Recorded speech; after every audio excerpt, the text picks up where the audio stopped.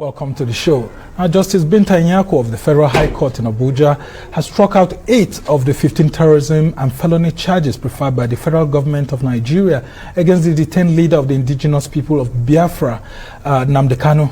Justice Nyako freed Nnamdi Kanu on the 8 counts while ruling on a preliminary objection filed by the IPOB leader. Now, the judge said, having read counts, there is no offense against the defendant in counts 6, 7, 8, 9, 10, 11, 12, and 14. The judge says counts 1, 2, 3, 4, 5, 8, and 15 shows some allegations which the defendant has to answer. And now this is coming on a day when journalists were actually barred from getting into the courtroom because of new practice directions by the Chief Judge of the Federal High Court. Now this has raised tension among media practitioners, including civil society organizations, with others saying that this is an offense against the constitutional provisions for freedom of speech and freedom of press. Well, I will be having Ifeanyi Ejiofor, who's one of the counsels to Nnamdi Kanu, right here to discuss this issue with me, and I'm glad to have him here on the show. So good to have you again, Barrister Ejiofor. In the midst of all of this, we have seen the judge trim down the count from 15 to 7 now being preferred against Nnamdi Kanu. These are the ones that the judge feels that have some merit to be heard. What do you make of this latest decision? It must be some sort of joy to you and your supporters and of course your client. Thank you, Mr. Sumner, for having me in your program. First of all, let me correct an impression that the judge said the remaining count, outstanding 7-count charge has merit. He said they have an allegation that needs to be explained, actually.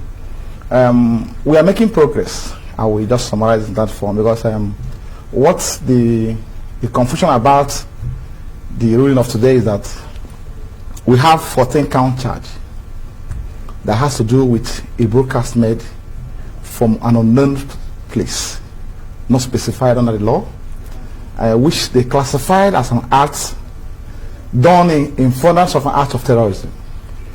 So also to be corrected is the fact that it's not standing offense for act of terrorism.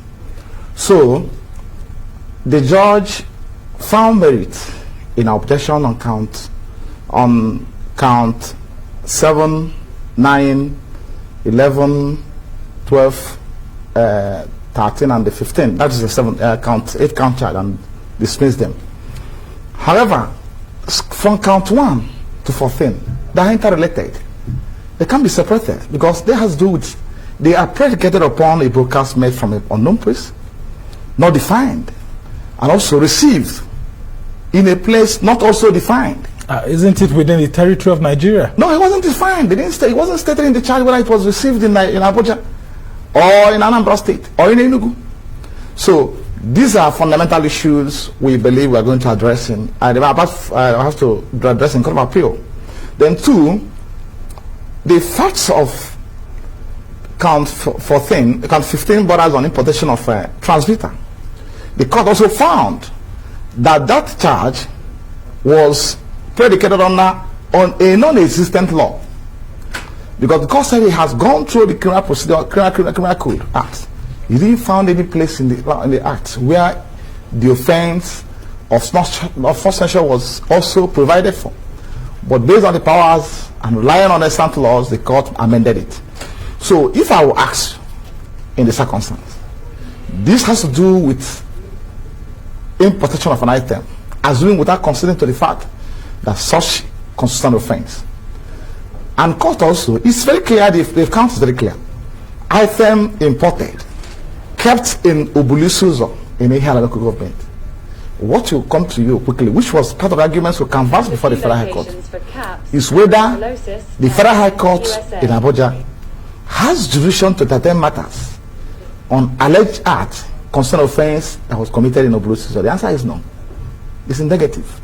So we also want to commend God for the effrontery, for the hard work in coming up with the ruling of today.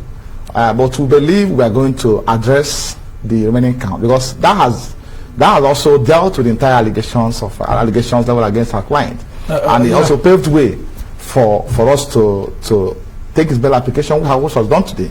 Yeah, before we actually go ahead, looking at these counts one by one, when last did you meet your client, and what's his state at the moment? I mean, he was in court.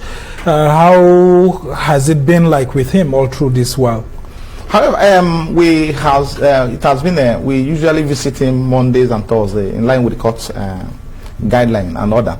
So apart from few occasions, and many occasions they denied us access to him, and in each of those occasions we try to let the public understand what is going on around him. So we are a team of lawyers visited him yesterday, before today. Yesterday was Thursday. So we had received some complaint, which I believe I made public yesterday, about the fact that his clothing he's not allowed to change his clothing. Despite the earlier court order. So, of course, in the character of the SSS, of course, they are very chronic in the flouting of court orders. So they've not allowed us access to him to change his clothes. So, despite court prevailing substantive orders. Then two, the court also made a pronouncement. Of course, it was addressed today by NESILC, Professor Zokome Sen, about the pronouncement by the court, the direction given by the court, and should allow us access to his private medical practitioner, doctor, who will conduct independent also investigation to have a second opinion about his state of health. And that order hasn't been complied with. So these are part of issues raised today by our late counsel, SAN Michael Zokome, which court director we should also forward to him, to the courts, so they can be given administrative attention. So these are all evidence of the flouting of orders of court by the SSS. So, and also, don't forget that our client hasn't been convicted of offenses being alleged he was involving. He has been subjected to solitary confinement. Yeah, because these are terrorism-related charges preferred against him by the federal government. Let me correct this impression, because many a times you hear the prosecution talk about treasonable felony, you hear him talk about terrorism offense. I've been able to state ab initio that he's not being charged with terrorism offenses. Yeah, but terrorism-related offenses, that's what there's a different thing between somebody being charged with act of murder. It was explained today by NESILC, and the person who's being charged by manslaughter. So, because the difference between the two offenses lies in the punishment ascribed to them. So they're not interrelated. Offense of terrorism is clear, and offense of acts done in furtherance of act of terrorism. They are all different offenses. So, and that impression needs to be corrected. So, and however, the law presumed him innocent of these offenses as it stands today. So until found guilty. So he hasn't been found guilty, and by virtue of which he's entitled to the full rights that contained under Chapter 4 of the Constitution. Right? So by subjecting him to this act of solitary confinement by SSS, in clear violation of Section 2 of Anti-Torture Act, is an infringement on his right. Yeah, but if these were just mere charges, the court would have granted him bail. No, the bail application has been taken today, and we are of the firm view that the court will find merit in application, because there is nothing before the court. The prosecution has not been able to establish, by virtue of what they filed in response to our application, reason why he will not be granted bail. If you talk about him, the issue of the allegation of jumping bail has been laid to rest by order of Federal High Court in Umaya, because the court has found that his home was actually invaded on the 10th and 14th of September 2017 in desperate attempt to eliminate him. Assuming, without considering to the fact that they succeeded, the agent of the state that invaded his premises succeeded on that day in killing him. We'll be talking about the charge today. The answer is no. That's simple. Yeah, but the reality is that it's difficult for the courts to actually trust Nnamdi Kanu with the bill. I'm coming. The point is clear. The Nnamdi Kanu expressed his willingness to be in court on October 17, 2017 to face his trial. I have to say this publicly. We have taken him on pre-trial conference before then. He was ready to come. He even announced that he wants 1 million followers to follow him, to accompany him to the court on that day. He wasn't afraid of anything, he was ready. And why can't you wait, assuming without considering the fact that he committed any offense during the period in question? The simple thing we have been for you to wait and allow him to come to court. There's no law that says we will not arrest him in court You arrest him after the trial. So, okay, you have well, after having jumped bail and gone out of the country. I'm talking about 2017. He didn't jump bail. Okay, before. So after High Court in Umuahia delivered a judgment and found federal government liable of gross violation of Nnamdi Kanu's right by blood invasion of his home on 14th of September and 10th of September 2017, and court directed up till now they've not complied with that order. Okay. That they should issue public apology to Nnamdi Kanu and also explore other options to resolve this matter.